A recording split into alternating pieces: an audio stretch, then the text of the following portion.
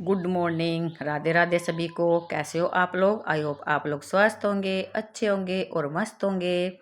और यहाँ पे ना ये टाइम है सुबह के बाद का। तो सुबह के बाद का क्या मतलब कि नाश्ता वगैरह सब हो चुका था। तो फिर उसके बाद हम गए थे दवाई लेने के लिए। तो दवाई लेके आके फिर मैं लंच से पहले मतलब कि अपना घर की डस्टिंग वगैरह मैंने नहीं की थी, पोछा वगैरह मैंने नहीं लगाया था। पहले हम दवाई लेने चले गए थे। इनकी ना जाड़ में दर्द है तो इसलिए दवाई लेने चले गए थे हम वहाँ पे। तो आके फिर मैं लग गई थी अपने कामों में, नाश्ता वगैरह कर लिया था, पर और सारा काम मेरा ऐसे ही पड़ा था, बर्तन झाड़ू पोछा मेरा सारा काम ऐसे ही था। ये बोले पहले चलो दवाई लेने चलते हैं, और मुझे भी अपने दांत दिखाने थे तो इसलिए हम चले गए थे। तो फिर आके मैंने कपड़े कुपड़े कुछ चेंज नहीं किए, बस आके मैं तो अपने काम में सीधी लग गई, पानी वगैरह पी के अपने काम में लग गई। देखिए जी, क्योंकि काम पड़ा रहता है ना तो दिमाग खराब रहता है, और दिमाग तो ख़राब इस आंधी तूफान ने किया हुआ है। रोज़ डस्टिंग करते हैं, रोज़ डेली दूसरे तीसरे दिन आंधी तूफान आ जाता है और सारा घर दोबारा से ऐसे ही गंदा हो जाता है। और अब डस्ट देख भी रहे होंगे कैमरे के सामने किस तरीके से उड़ रही है। तो सारी डस्टिंग करने के बाद घर में फिर झाड़ू लगाया। एक बार तो देखिए सुबह झाड़ू लग जाता है, सुबह झाड़ू लगा के नहा धो के पूजा पाठ वगैरह हो जाता है, लेकिन ये दूसरी बार झाड़ू लगता है तब जब हम पोछा लगाते हैं। तो पोछा लगाने के बाद ही अच्छा लगता है घर सारा। तो पोछा फिर मैंने आज सुबह लगाया नहीं था, क्योंकि हमें सुबह का नाश्ता वगैरह करके 10 बजे हमें दवाई लेने के लिए जाना था, और 11:30-12 बजे हम वापस आए थे। वैसे लंच का टाइम हो गया था, लेकिन लंच की मैंने तैयारी कर रखी थी पहले ही। तो लंच के लिए मैंने दाल बनाई थी, तो दाल रख के ना गैस के ऊपर फिर मैं अपनी डस्टिंग वगैरह साफ़ सफाई में लग गई थी। तो प्लीज़ आप वीडियो में लास्ट तक बने रहिएगा, आपको बहुत ही अच्छी सी रेसिपी देखने को मिलेगी इसमें। बहुत ही टेस्टी और हेल्दी और गर्मियों में खाई जाने वाली रेसिपी आपको इसमें मिलेगी। तो प्लीज़ आप वीडियो में लास्ट तक बने रहिएगा।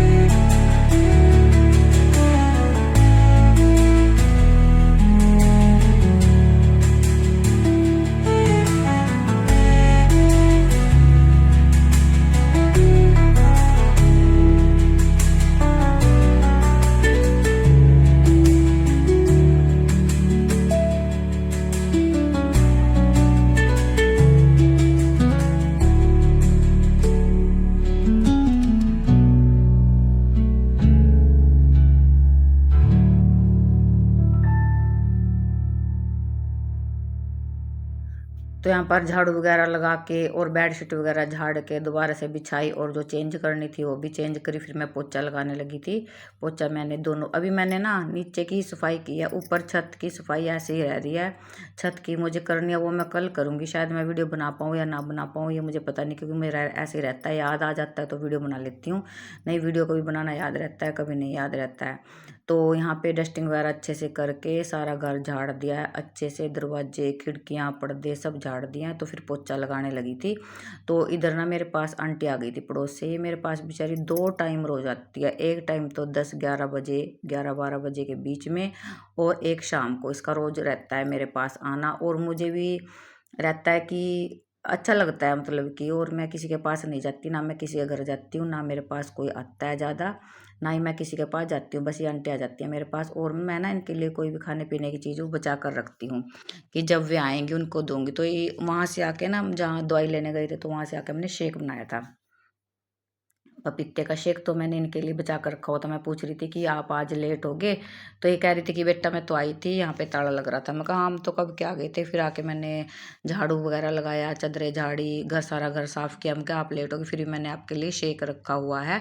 तो ये कहने लगी ठीक है, बहुत खुश हो जाती है और बहुत सारा आशीर्वाद दे के जाती है। फिर मैं यहाँ पे पोछा वगैरह छोड़कर बीच में ही अच्छे से हैंड वॉश के साथ हाथ धोकर, मैं कहा चलो पहले इनको शेक दे देती हूँ और थोड़ी देर में इनके पास बैठ जाऊंगी, और फिर मैं बाद में और काम निपटाऊंगी अपना। तो मैं यहाँ पर अपने हाथ धोकर अच्छे से आंटी के पास बैठ गई थी, और हम बातें करने लगे थे। और बातों ही बातों में मैंने इन मतलब वीडियो शूट तो मैंने ज़्यादा की नहीं थी, बाद में फिर मैंने सारा काम निपटा लिया था। ये मेरे पास बैठी रही थी 1-1.5 घंटा, और मैंने बाहर भी मतलब कि सारे कहीं अच्छे से झाड़ू पोछा वगैरह सारा काम निपटा लिया था, और मैं थोड़ी देर ही बैठ के इनके पास सारा काम निपटा लिया था। फिर ये चली गई थी। इनके जाने के बाद मैंने सारा घर अच्छे से क्लीन करके, और आपको वीडियो में दिखाया कि घर अच्छे से साफ हो चुका है।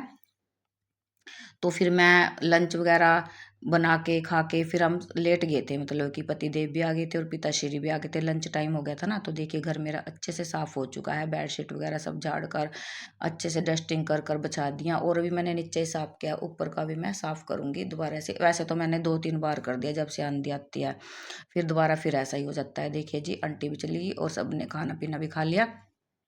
ये वीडियो मैंने बाद में बनाई थी, और इसके बाद लंच बनाकर खा पी कर हम थोड़ी देर के लिए लेट गए थे, आराम कर लिया था। और फिर मैं उठी थी 4 बजे। 4 बजे उठ के फिर देखे डस्टिंग वगैरह तो हो रखी थी, गर्दा वगैरह इतना था, तो मैं ऐसे ही लेट गई थी काम कुम करके, क्योंकि मैं थक गई थी। फिर मैंने सोचा चलो अब नहा लेती हूँ। एक बार तो सुबह नहा लेते हैं, फिर मैंने सोचा नहा लेती हूँ। मैंने डस्टिंग वगैरह की थी, गर्दा वगैरह सिर में बालों में भी और कपड़ों में भी हो गया था।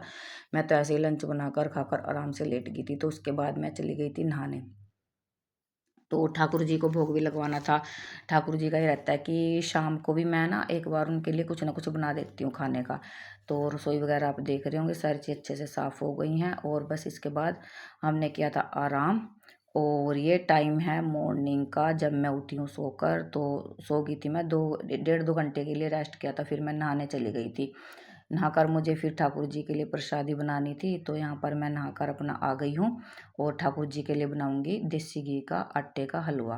तो ठाकुर जी को वैसे तो लंच में हमने लगा दिया था, शेक बनाया था, और सुबह मैंने इनके लिए बनाया था पराठा, जो था मलाई के साथ नमक मिर्च डालकर। तो पराठे का भोग लगवा दिया था। तो अब मैं इनके लिए बनाऊंगी देसी घी का प्रसाद। तो यहाँ पर आ गई हूँ रसोई में नहा धोकर, और इनके लिए प्रसाद बनाने लगी हूँ। और पतिदेव को चाय देकर दुकान पे वापस भेज दिया था। चाय वगैरह पीते हैं ना शाम को, तो चाय पीकर वो तो दुकान पे चले गए थे। तो यहाँ पर मैंने छोटी सी कटोरी में ही आटा लिया है, क्योंकि जो बचा हुआ प्रसाद होता है फिर सभी घर वालों को बांट देती हूँ मैं। शाम रात के भोजन में दे देती हूँ, रात को खाना खाते हैं ना, फिर मैं सबको दे देती हूँ इनका प्रसाद बचा हुआ। तो यहाँ पर देसी घी का हलवा आटे का बहुत ही टेस्टी बनकर तैयार हुआ था। तो देखिए जी यहाँ पर हमारा हलवा बन गया है, और ठाकुर जी को लगवा देंगे भोग।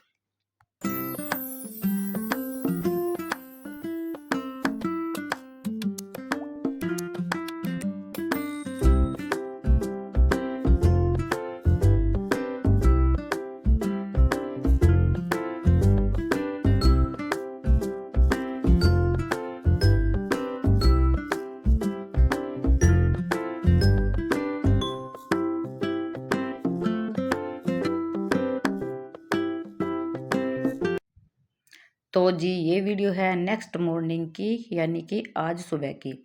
तो घर का सारा काम निपटा कर पूजा पाठ करके करनी थी मुझे नाश्ते की तैयारी। तो पति देव और पिताश्री कहने लगे कि नाश्ते में क्या बनाओगी, तो फिर मुझे था कि गोभी रखी है और तोरी रखी है। तो देखिए तोरी एक ही थी मेरे पास, तो मैंने कहा चलो आज इनको नया नाश्ता बनाकर खिला देती हूँ, देखेंगे कैसा लगेगा कैसा नहीं लगेगा। तो मैंने यहाँ पर सबसे पहले गोभी के फूल को अच्छे से ऊपर से साफ करके और धोकर अच्छे से कद्दूकस कर लिया है। और इसके बाद तोरी को भी छीलकर हम इसी के अंदर कद्दूकस कर देंगे, जिससे हमारा नाश्ता बहुत ही अच्छा बनकर तैयार होगा। और ये बहुत ही नया नाश्ता है, ये नाश्ता आज तक किसी ने नहीं बनाया होगा जो मैंने बनाया है।